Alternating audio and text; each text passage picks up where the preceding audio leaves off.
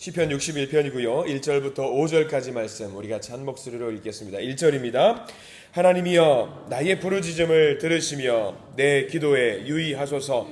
내 마음이 약해질 때에 땅 끝에서부터 주께 부르짖으오리니 나보다 높은 바위에 나를 인도하소서. 주는 나의 피난처시요 원수를 피하는 견고한 망대이심이니이다.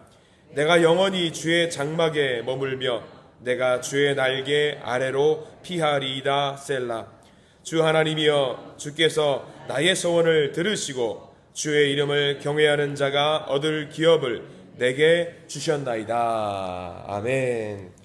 오늘 말씀 가운데 하나님의 크신 은혜가 있길 간절히 기도하고 소망합니다. 우리 기도하는 마음으로 고백합니다. 하나님의 은혜가 지금 저에게 임하기를 기도합니다. 우리 옆 사람 축복하면서 하나님의 은혜가 지금 여러분에게 임하기를 기도합니다. 아멘. 복된 날 되시길 간절히 기도하고 소망합니다. 아멘. 우리 61편 말씀을 함께 보게 됩니다. 오늘 61편 말씀은 간절한 마음을 모은 그 제목으로 시작을 하고 있어요. 하나님이여 나의 부르짖음을 들으시며 내 기도에 유의하소서. 유의하소서는 들어주세요 그 말입니다. 성경에서 특별히 시편 같은 경우에서 하나님이여로 시작을 하면은 뭔가 틀어져 있다라는 것, 뭔가 꼬여 있다라는 것으로 우리가 이해해도 됩니다. 다윗의 상황을 빗대어 보자면 그런 거죠. 하나님, 제가 이렇게 무기력합니다. 제가 왕이지만 힘이 없습니다. 능력이 없습니다. 왕이면 다 할 수 있을 것이라고 생각했는데 왕 되었다고 할 수 있는 게 전혀 없습니다라고 이렇게 고백을 하는 이야기입니다. 하나님이여, 이게 엘로힘이라는 말인데 이 말로 시작하면 뭔가 꼬여 있는 거예요. 그러니까 하나님 부를 때도 여러 가지 호칭이 있다는 거 우리가 알고 있죠. 여호와여 하나님이면, 여호와여 하면은 나와 가까이 계신 하나님으로 우리가 다정하게 하나님을 찾는 그런 거죠. 엘로힘 하면은 뭐 하나님, 전지전능 하나님, 위대하신 하나님, 그렇게 하나님을 찾는 겁니다. 그래서 다윗이 하나님이여 그렇게 시작을 하면은요 이유가 있는 겁니다. 여러분들도 자녀들을 키워보실 때 그런 경험들이 있으실 겁니다. 자녀들이 엄마 아빠를 부를 때 어떻게 부르냐 뉘앙스에 따라서 좀 차이가 있잖아요. 아빠 하고 굉장히 기분 좋은으로 하이톤으로 이야기하면 두 개 중에 하나잖아요.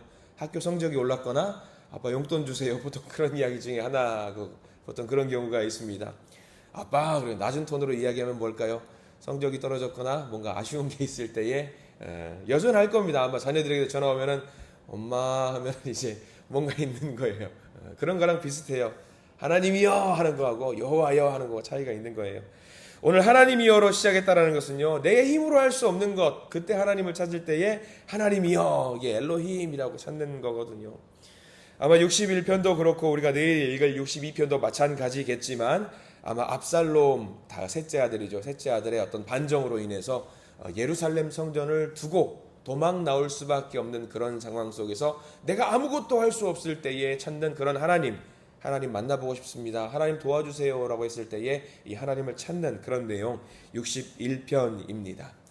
사랑하는 아들과 믿었던 신하들에게 배신을 당했을 때의 기분이라면 어떨까? 답이 없었겠죠. 자기 힘으로 무언가 할 수 있는 것이 없었을 때에 최소한의 신하와 병력만 데리고 도시를 빠져나올 수밖에 없는 그런 상황 속에서 답답한 마음에서 하나님을 찾았던 것 같습니다. 신하들이 또는 백성들이 위기의 때에, 어려움의 때에 왕을 찾지요. 왕이시여 우리를 도와주세요 찾지요. 그러면 왕이 위기를 겪을 때는 누구를 찾아야 될까? 왕이 찾을 수 있는 존재가 없잖아요. 그러니까 다윗은 하나님을 찾을 수밖에 없는 거죠. 하나님만 찾을 수밖에 없는 거예요. 여기 시편 61편은요 정말 특징적이고 우리가 본받아야 될 믿음의 본이 좀 담겨있는 내용들이 좀 있습니다. 1절 말씀 보시면 이렇게 나와 있지요. 하나님이여 나의 부르짖음을 들으시며 내 기도에 유의하소서라고 하고 있습니다. 어떤 상황에 처해 있습니다. 제발 내 기도를 들어주세요. 나를 도와주세요 라고 지금 외치고 있는 1절의 말씀은 우리가 이해할 것 같단 말이지요. 근데 쭉 넘어가다 보면은요 같은 상황이에요. 문제가 해결이 되지도 않았습니다. 다윗이 다시 한번 예루살렘 성전으로 돌아간 것도 아닙니다. 그런데 5절은요 조금 상황이 달라요. 방금 우리 분명히 1절에는 내 기도를 들어주세요 했단 말이죠. 근데 5절은 한번 읽어볼까요? 5절 말씀입니다. 주 하나님이여 주께서 나의 소원을 들으시고 주의 이름을 경외하는 자가 얻을 기업을 내게 주셨나이다. 5절과 1절 좀 다르죠. 5절 무슨 차이가 있어요? 주셨나이다. 기도가 채 끝나지도 않았어요. 기도가 채 끝난 것도 아닙니다. 61편의 1절과 5절 고작 4절 차이입니다. 근데 1절에는 들어주세요입니다. 들어주세요. 근데 기도가 채 끝나기도 전에 지금 5절에는 들어주셨나이다예요. 나이다. 분명히 같은 제목을 가지고 기도를 했을 텐데 시작은 하나님 부르짖습니다. 제 기도를 들어주세요 했는데 5절에는 바뀝니다. 들어주셨나이다. 뭐예요? 다윗은 믿음으로 내가 지금 올리고 있는 이 기도의 제목을 하나님이 들어주셨다라고 확신하고 있는 겁니다. 이게 놀라운 믿음이거든요. 1절과 5절 사이에 쫓기는 신세를 면하기도 했던 것인가, 아니면 예루살렘 성전으로 복귀했다는 것인가? 그것도 아닙니다. 달라진 거는 하나도 없고요. 현상이 바뀌어진 건 하나도 없는데 차이점이 있다면 그거지요. 하나님께서 다윗의 마음에 감동을 주셔서 내가 그 기도를 들었고 응답하고 있다라는 확신을 다윗에게 심어주신 것입니다. 많은 사람들이 기도할 때 그런 기도하잖아요. 원인을 해결하고 싶은 기도를 하잖아요. 하나님 이거 들어주세요. 이거 해결해 주세요. 이거 들어주세요. 근데 이 상황을 바라보고 있는 우리의 마음가짐이 어떠해야 되는지도 굉장히 중요하더라고요. 그러니까 우리가 기도할 때에 문제가 당장 해결되는 것은 아닐지라도 하나님께서 내 마음을 만져주셔서 이 위기를 이겨낼 수 있는 힘을 먼저 주신다라는 것을 다윗은 명확하게 알고 있었어요. 먼저 힘을 내라. 내가 너의 기도를 듣고 있다. 그 확신 속에서 다윗은 하나님 앞에 먼저 다부지게 기도할 수 있었던 겁니다. 이 다부지게 마음을 먹으니까 2절부터 변화가 되는 거예요. 2절 말씀 함께 볼까요? 2절입니다. 내 마음이 약해질 때에 땅끝에서부터 주께 부르짖으오리니 나보다 높은 바위에 나를 인도하소서. 거기 중요한 표현 나오죠. 내 마음이 약해질 때에. 정확하게 알았던 거예요. 하나님, 문제의 해결도 중요하지만 더 중요한 게 있는데 그게 뭐냐면 내 마음이 약해질 때가 있습니다. 내 마음이 무너질 때가 있습니다. 이 무너질 때에 이 마음이 무너지지 않도록 저를 붙잡아 주시옵소서라고 기도하는 것이 제일 큰 다윗의 기도의 제목이었습니다. 왕권을 잃었던 게 두려운 게 아니었어요. 아들과의 관계가 무너진 것이 위기가 마음의 걱정이 아니었습니다. 제일 큰 걱정은 뭐냐면 내 마음 속에 하나님을 향한 그 마음이 무너지지 않게 해주시옵소서라고 하는 것이 다윗의 가장 큰 기도의 제목이었습니다. 이게 우리도 굉장히 중요한 거예요. 이것을 반대로 이야기하면 뭐가 되냐면 다 잃어버려도 우리의 마음이 하나님을 향한 그 믿음이, 하나님을 향한 그 신앙이 무너지지 않으면요, 우리 하나님 앞에서 다시 일어설 수 있다라는 것을 말하는 거예요. 이게 굉장히 중요합니다. 그래서 믿는 자가 여기 나와 있는 것처럼 마음이 약해지지 않도록 되는 것, 마음이 무너지지 않도록 되는 것이 무엇이냐? 그게 믿음이고 그게 신앙이더라고요. 다른 모든 것을 아무리 철저하게 관리한다라고 해도요, 하나님을 향한 우리의 믿음이 무너지면요, 다 끝나게 되는 거예요. 그러나 다 잃어버려도요, 우리의 믿음이 굳건하게 서 있으면요, 하나도 잃어버리지 않게 될 수 있다라고 하는 것입니다. 그래서 다윗은 내 마음이 약해질 때에 나를 붙잡아 주세요라고 하나님 앞에 기도하면서 나아갔다라는 거지요.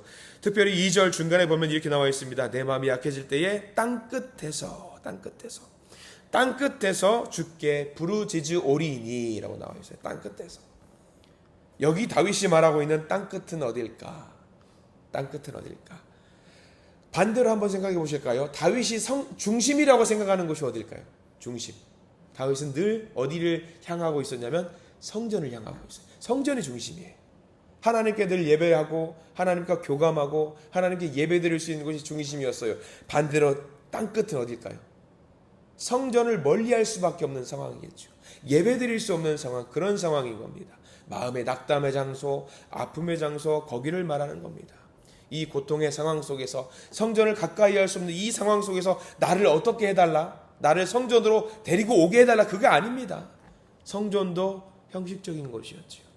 그러면 그 고통 속에서 어떻게 하는 것이 제일 중요한가? 2절 제일 끝자락에 나와 있죠. 이 땅끝에서부터 주께 부르짖으오리니, 그 뒤가 중요합니다. 나보다 높은 바위에 나를 인도하소서. 나보다 높은 바위에 나를 인도하소서. 다시 왕권을 회복시켜 달라는 거 아니에요. 다윗의 외침은요, 왕이 되게 다시 왕좌에 앉게 해달라는 기도가 아닙니다. 압살롬으로부터 다시 아버지 소리 듣게 해주세요. 그것도 아닙니다. 그저 다윗이 외치는 것은 다 필요 없으니까 하나님이라고 하는 반석 위에 나를 세워주세요 라고 하는 그 기도를 하나님께 올리고 있는 겁니다. 그저 하나님 나의 바위가 되어주세요. 이 기도가요, 우리의 기도와 달라요. 우리는요, 아픔이 있을 때, 고통이 있을 때에 하나님 이거 해주세요, 저거 해주세요, 이거 도와주세요 라고 딱 지정해서 이야기하잖아요. 근데 다윗은 그게 아닙니다. 이거 없어도 돼요, 저거 없어도 돼요, 다 필요 없습니다. 그저 하나님이 나의 바위 되어주세요. 하나님이 나의 바위 되어주세요. 그러면 됩니다 라고 하나님께 지금 나아가고 있는 거거든요. 그 말씀이 3절의 고백으로 이어지는 겁니다. 3절 같이 한번 읽어볼까요? 주는 나의 피난처시오 원수를 피하는 견고한 망대이심이니이다. 하나님, 저 이렇게 괴롭고 저렇게 괴로우니까 이거 톡 집어서 이거를 해결해 주세요. 그런 기도 아니에요.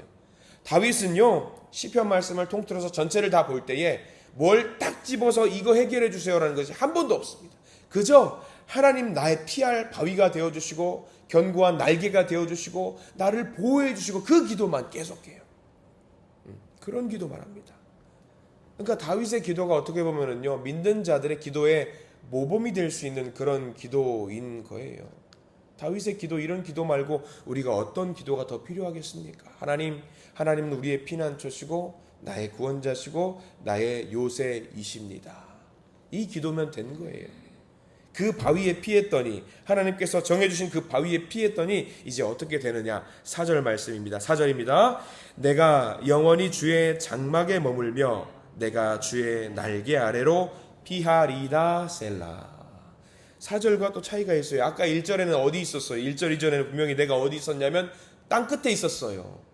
땅 끝에 있었단 말이죠. 근데 이렇게 하나님의 바위에 피하고 내 마음을 하나님께 중심에 두니까 지금 어디 있는 겁니까? 4절 말씀에 내가 영원히 주의 장막에 머물겠다. 예루살렘 성전으로 돌아온 거 아니에요. 예배당으로 돌아온 거 아닙니다. 그럼에도 불구하고 내 마음은 지금 어디 있는 거예요? 땅 끝에서 이제 벗어나서 주의 장막에 머물며 주의 날개 아래에 피할 수 있게 되었다라고 고백하는 겁니다. 어떻게 된 거예요? 뭐가 변화가 됐어요?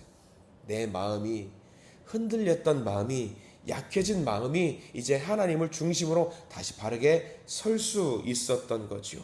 마음이 그렇게 바르게 서 있으니까 내 마음이 이제는 평안해지면서 하나님의 성전에 피할 수 있는 용기를 얻게 된 겁니다.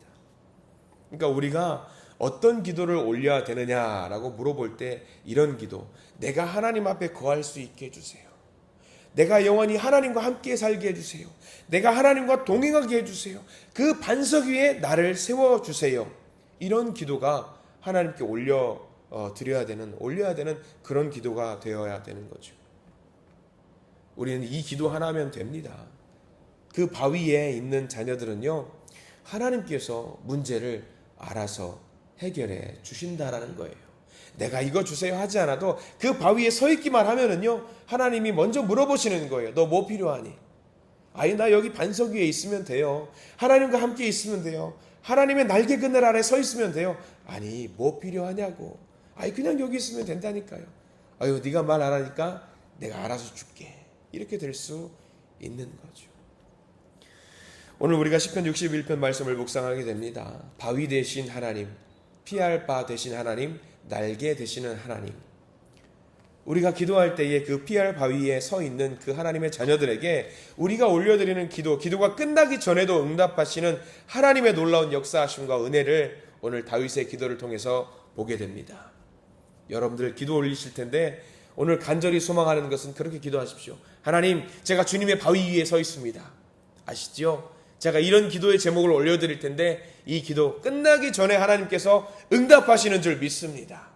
그 응답 받기를 소망하니 주님 피할 바위 위에서, 주님의 날개 그늘 아래에서 편안하게 쉴 수 있는 우리가 되게 해주십시오 라고 그렇게 기도를 올리시고 응답 받으시는 소중한 복된 기도의 자리, 복된 날이 되시기를 간절히 축원합니다.